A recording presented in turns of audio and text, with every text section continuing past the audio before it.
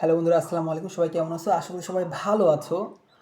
আজকে আমি গল্প বলতে যাচ্ছি, গল্প বলতে যাচ্ছি অনুপমকে নিয়ে। অনুপম কে বলো তো? অপরিচিতা গল্পের বিশেষ নায়ক বলতে পারো, অথবা খলনায়ক বলতে পারো। আমার কাছে খলনায়কও বলতে গেলে নায়কই বলতে পারো, সমস্যা নেই। তো অনুপমের বিষয়টা তুমি দেখো, সে ক্লাস 1 থেকে 10 পর্যন্ত অর্থাৎ ম্যাট্রিক পাস করছে। তারপর ইন্টার পাস করছে অর্থাৎ আয়ে পরীক্ষা দিছে। এবার তারপর সে অনার্স করছে। এবার অনার্সের পর সে ভার্সিটিতে পড়ার পর বাংলাদেশ পড়া একরকম শেষ বলতে পারো। তো তখন সব কিছু পড়া শেষ, তারপরেও সে ব্যক্তিত্বহীনতায় ভুগছে। তার কোনো সিদ্ধান্ত নেওয়ার কোনো অধিকার নাই। তার মামা যে কিনা তার ঠিক সমবয়সী, তারপরও সমস্ত সিদ্ধান্ত সে নেয়। তার মার তার খাওয়া দাওয়া ইত্যাদি ব্লা ব্লা ব্লা সব কিছু তার সিদ্ধান্তে ওই নেয়। অনুপম তখন তো সে বড় হয়েছে, মাস্টার্স কমপ্লিট একটা ছেলে। তখন সে বিয়ে করার জন্য তখন তো ধরো ওর অন্যরকম একটা ফিলিংস ভিতরে কাজ করছে। তো যখন তার বিয়ের আয়োজন করা হয়, তো তখনও সে বিয়ে যে করবে এই কথাটাও সে তার মামাকে বলতে পারছে না। বুঝতে পারছো তার ব্যক্তিত্ব কতটুকু কী পরিমাণ ছিল? হ্যাঁ, সে তার মাকে বলতে পারে না। তো একটা পর্যায়ে যখন তার বিয়ে ঠিক হয়, এবং বিয়েতে ওই আগের যুগে তখন তোমার মেয়ের বাড়ির থেকে অনেক যৌতুক নেওয়া হতো। তো যৌতুকের কী পরিমাণ যৌতুক নেওয়া হবে, কী পরিমাণ দেওয়া হবে, এই সব কিছুর মাঝে সে কখনোই ছিল না। তার মামা ছিল এটার প্রধান এজেন্ট হিসেবে কাজ করত। এবং যখন মেয়েরকে তার ইচ্ছা ছিল যে সে নিজে গিয়ে মেয়ে দেখে আসবে, কিন্তু সেটা সাহস করে সে বলতে পারে না। তার একজন দাদা ছিল, বিনুর দাদা, যে তার এই মেয়ে দেখার কাজটা সে সারিয়ে আসে। এবং বিনুর দাদা খুব মানে বাংলাভাষী, অন্যরকম টাইপের বলতে পারে, খুব ভালোই, বাট একটু শিক্ষিত টাইপের। হ্যাঁ, যে কিনা তোমার হচ্ছে ওই যে আমরা যখন বলি এটা খুব চমৎকার, তখন সে বলে যে চলনসই, চলছে আর কি। তার কাছে ওই পরিমাণ হয়নি, যে সে যেই পরিমাণ চায় ওই পরিমাণ হয় নাই। এরপর বিয়ের সব কিছু যখন আয়োজন করা ঠিক, তখন বিয়ে করতে যাবে, তখন মেয়ের বাড়িতে বলে না যে তার বাড়ি থেকে কতজন লোক যাবে।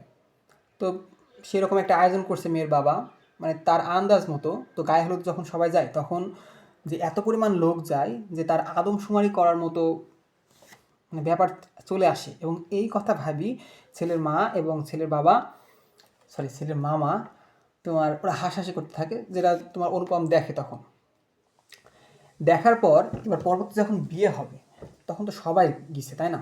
তো তখন যখন তার অনুপম ওই বিয়ের আসরে যায়, তখন তাকে অনেক গহনা পরানো হয়েছিল, কিন্তু তার মনে একটা ইচ্ছা ছিল যে মেয়েটাকে সে দেখবে।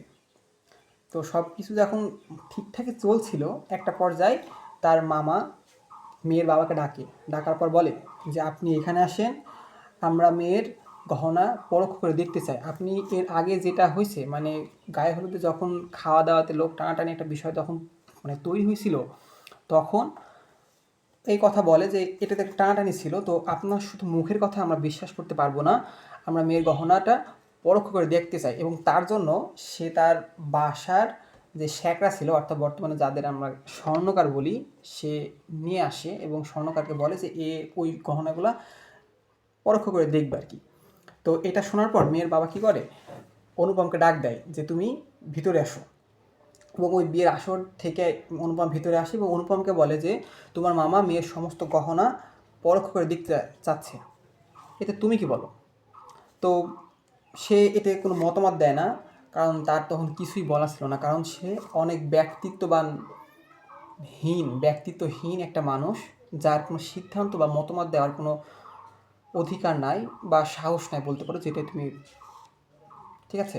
তো এরপর মেয়ের বাবা মেয়ের সমস্ত গহনা খুলে নিয়ে আসে এবং শ্যাকরাকে এগুলো দেখার জন্য দেয় যে তুমি এগুলো দেখো। এবং দেখার পর শ্যাকরা একটা বালা এভাবে হাতে নেয় এবং দেখে যে ওইটা বাঁকা হয়ে যাচ্ছে, এবং তখন বলে যে এগুলোর কি দেখব, এগুলা অনেক আগেকার গহনা, এতে কোনো খাদের পরিমাণ নাই বললেই চলে। এবং এটা বলার পর যখন বলে তো তখন অনুপমের মামা খুব খুশি হয় যে যা দেওয়ার কথা ছিল তা দরে মানে গুণে অনেক বেশি। তো এগুলো সে একটা কী করছিল, একটা ফোর দিতে এভাবে টুকে টুকে নিচ্ছিল। তো তখন অনুপমকে বলে যে তুমি চলে যাও, ওখানে থেকে কাজ কি? তখন মেয়ের বাবা বলে না, সময় অনেক হয়েছে, আপনাদের চলেন খাওয়াই দিই। তো তখন মানে অনুপমের মামা বলে যে সে কি কথা, বিয়ের আগে কিভাবে খাওয়ানো যায়? তো বলে সমস্যা নয়, লগ্ন আছে, আপনারা খেতে পারেন। তো তারা সবাই খাওয়া দাওয়া করে এবং খাওয়া শেষে অনুপমকে বলে বাবা চলো তোমাকেও খাওয়াই দিই। তো তখন অনুপমের মামা বলে মানে যে বিয়ের আগে বর খাবে কি করে? তো বলে তখন মেয়ের বাবা বলে যে হচ্ছে আচ্ছা ঠিক আছে চলুন আমাদের সামনের দিকে এগোই। তো তখন মামা বলে যে আচ্ছা ঠিক আছে আমরা তো প্রস্তুতি আছি, সামনের দিকে এগোনো যাক। তখন বলে অনুপম মানে মেয়ের বাবা যে তাহলে আপনাদের গাড়ি বলে দিই। তখন সে বলে ঠাট্টা করছেন নাকি? তো বলে যে তখন মেয়ের বাবা উত্তরে বলে যে ঠাট্টা তো আপনারাই শুরু করেছেন, যে আমি মেয়ের বাবা হয়ে আপন মেয়ের গহনা চুরি করব এই কথা যারা ভাবে তার বাড়িতে আমি কন্যা দিতে অর্থাৎ আমার মেয়ের হাত দিতে রাজি না।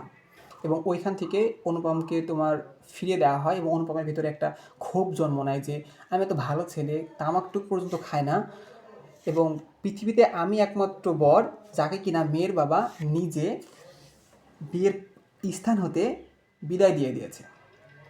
কিন্তু তার মনে একটা ভালো মানে মিষ্টি লাইনও মানে ওর সাথে সাথে চলছিল যে যাকে দেখা হয় নাই তাকে না দেখার যে একটা আক্ষেপ, বুঝছো? এটা কিন্তু অনেক একটা মানে বেশি, হ্যাঁ। তো ওটা মানে তার মনে হচ্ছিল যে সে কতই না সুন্দর হবে, ঠিক আছে। তো মানে এমন একটা তার চিন্তা থাকে এবং তার সাথে কালো স্রোতও চলছিল যে আবার বিয়ের আয়োজন করা হোক, সবাই দেশ বিদেশ থেকে লোক আসুক এবং বিয়ের আয়োজন করা হোক, এবং এবার বিয়েতে যাওয়ার পর এবার তারাও সে আগের মতোই মেয়েকে বিয়ে না করে আবার চলে আসুক। তো এটা খুব একটা খারাপ বিষয়, ঠিক আছে। তো মেয়ের মানে ছেলের বাসা থেকে তো সবাই অনেক রাগারাগি যে তাদের বিয়ে হলো না কিন্তু তাদেরকে খাওয়াই দিছে, অর্থাৎ তাদের যে পেট আছে এটাকে সম্পূর্ণ অপবিত্র করে দিয়েছে। আর এরপর যে মেয়ের বাবা ছিল এবং তোমার মেয়ের বাবা কি করে চিন্তা করে যে তার মেয়ের পরবর্তী অন্য জায়গায় বিয়ে দেওয়ার জন্য। তো মেয়ের পরবর্তী বিয়ে অবশ্য ঠিক হয়েছিল কিন্তু মেয়ে বিয়ে করতে রাজি না, মাতৃ আজ্ঞা যে সে বিয়ে করবে না, মেয়েদেরকে পড়াশোনা করানোর সে দায়িত্বটা নিছে।